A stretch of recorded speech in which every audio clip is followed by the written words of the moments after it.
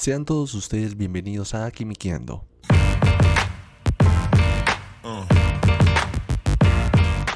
El día de hoy hablaremos sobre la clasificación de la materia. Es importante hablar de la materia antes de poder hablar de átomos, de moléculas, de enlaces, incluso de cálculos. Es importante entender qué es lo que estudia la química. Para ello tenemos que recordar que la química estudia específicamente a la materia y los cambios que la materia llega a experimentar. Y la definición formal de materia que podemos encontrar en la RAE es la siguiente: es todo aquello que tiene masa y ocupa un lugar en el espacio. Y a partir de eso nosotros la podemos clasificar.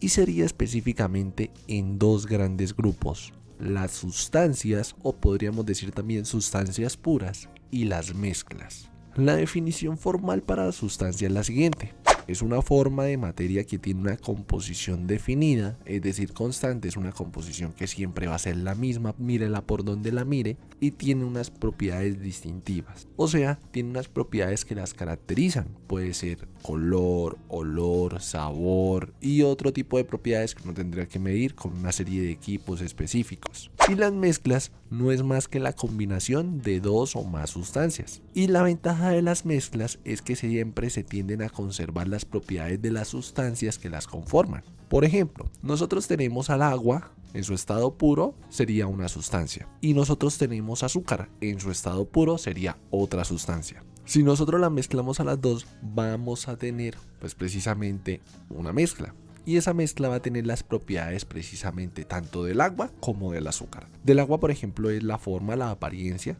porque tendríamos un agua azucarada, y la propiedad del azúcar precisamente sería el sabor.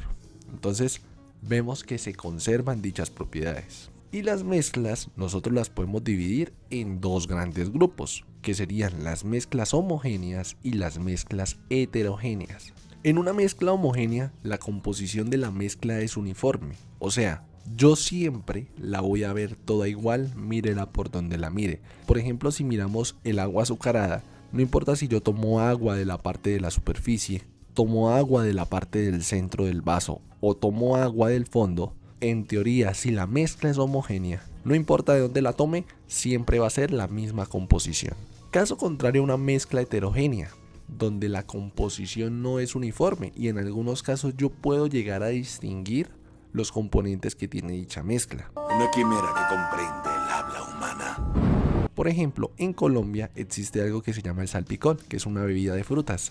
Y nosotros ahí podemos distinguir alguna que otra fruta que lo conforma, sea la papaya, sea la piña, o sea la fruta que se le agregue, uno la puede definir porque ahí se ve, no es una composición uniforme. Y no importa si yo tengo una mezcla homogénea o heterogénea, es posible separar sus sustancias puras. En algunos casos es muy complicado, y mucho del trabajo que existe en la química actualmente, sobre todo en la química experimental, donde uno hace reacciones y todo ese cuento, el gran reto consiste ni siquiera en la reacción. Aquí el reto realmente recae sobre la separación de las sustancias puras que yo quiero aislar.